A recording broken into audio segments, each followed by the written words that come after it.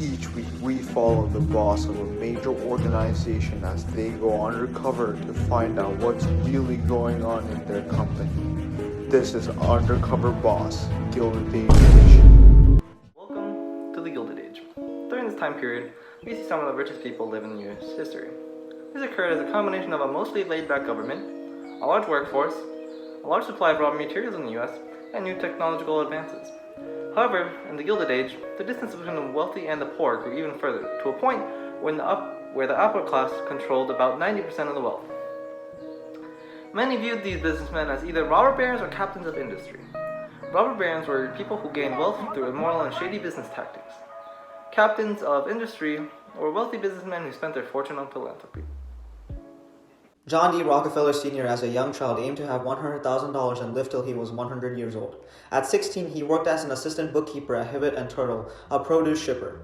At age 20, he started a commission merchant business in produce with his neighbor Maurice Clark. The business was an instant success, turning up profits in the first year. Rockefeller sensed the future of the field was not bright.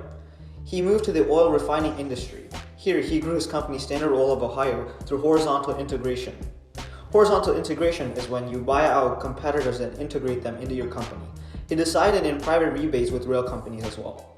He continued to do so until his company controlled 90% of all U.S. oil refineries. Hi, today I, John D. Rockefeller, owner and founder of Standard Oil Company, will be going undercover as Alex Jones, a driller. Yeah, so there's these two guys in the break room, so I'm just gonna go up to them, try to sneak in, act like we're really like their worker, not like their boss, and then ask them what they feel about me, John Rockefeller. So let's get it. Man, this break, it's nice to have a break at this crappy job. I agree. So how are your kids? They died. Oh, that sucks, bro. Yeah. They really did, Tony. Hi, I'm Alex Jones, the new driller.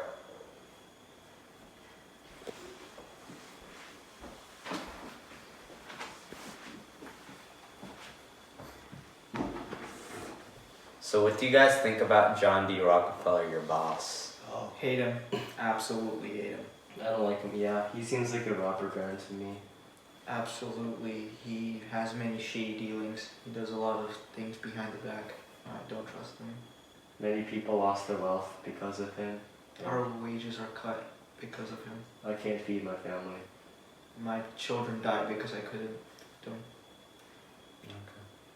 Well, guys, like you actually, for real, like you know that he founded the University of Rockefeller and also U Chicago, right? Do you think we went to university? No, but like it's in 1909, Rockefeller started the Rockefeller Sanitary Commission, and he eradicated hookworm in the South. My children still died. Well, he created the General Education Board to bring high school education to many poor white people in the South. I'm still poor. We still have our wages cut. He pays you better than Carnegie does. Doesn't mean there are other companies that are paying their workers far more. We're stuck in this The government during the Gilded Age attempted to follow laissez-faire for a short amount of time, a concept in which an economic system where the government does not regulate or interfere with the business and their actions. This can be seen as companies like Carnegie Steel Company and the Standard Oil Company, who left to make decisions without specific laws to regulate them in place. However, over time, businesses began to realize they needed to do whatever they need to in order to survive. This practice was known as social Darwinism. Businesses that prospered began to be more and more corrupt in order to stay in business. This forced the government to step in and effectively end laissez-faire. Laissez-faire is similar to solitary neglect employed by the British before the end of the French and Indian War, in which both the government leaves institution alone and allows it to be free without government control or regulation. However, both cases led to the government having to step in. The US government had to step in to stop corrupt monopolies and protect workers' rights, but the British had to intervene to recover funds after the French and Indian War. Thus, any institution left alone to govern itself is most likely doomed.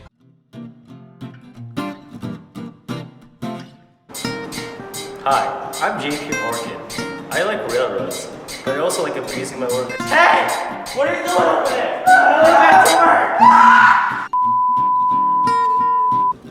As I was saying, here at JP Morgan, we only care about maximize our profits, which means that only about 90% of Americans live off of $100 per month. And I don't care that more people have died in a year that working in a steel mill than in the Battle of Gettysburg. As long as I'm getting money, I'm happy. And before you call me a money-hungry idiot and somebody who only cares about their own personal wealth, let me remind you, I used to own 100,000 miles of railroad, which is about half of America's railroads. I saved them all because they were all financially struggling. I also saved the American government twice, once in 1895 and again in 1907, because they were all struggling financially. In 1895, I donated $100 million and saved the American government. Andrew Carnegie was born on November 25, 1835 in Dunfermline, Scotland, to a small family fighting poverty. Carnegie and his family immigrated to the U.S. in 1848, and Carnegie worked hard to help feed his family. Carnegie had a hard time in school and was not very well educated since he had little formal schooling. As a young child, Carnegie learned how the steel industry worked and later gathered enough money to make his own factory through vertical integration. Vertical integration is an arrangement in which the supply chain of a company is owned by that company. Carnegie became successful as he sold his steel company to J.P. Morgan for $480 million. Carnegie also donated $350 million to society to help with the education, socioeconomic status, and more. Here is a political cartoon of Andrew Carnegie sitting on tops of bags of money as he blows a cigar at his steel factory, where the workers outside are rioting and striking for not being paid after working for long hours.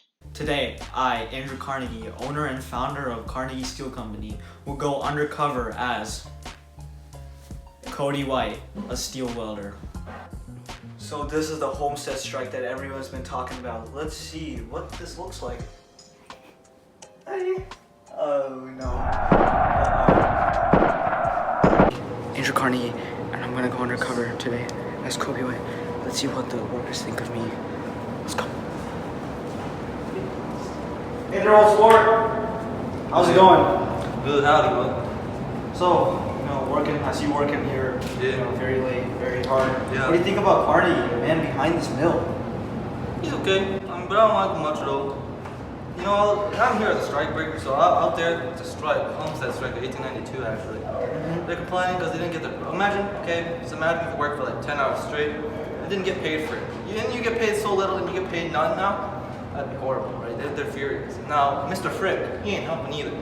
People are mad because he's so wealthy. That's his advisor, right? Yeah, that's his advisor, Mr. Frick. Yeah. And they're just mad he has so much wealth and he ain't helping them. Okay, but here's the thing.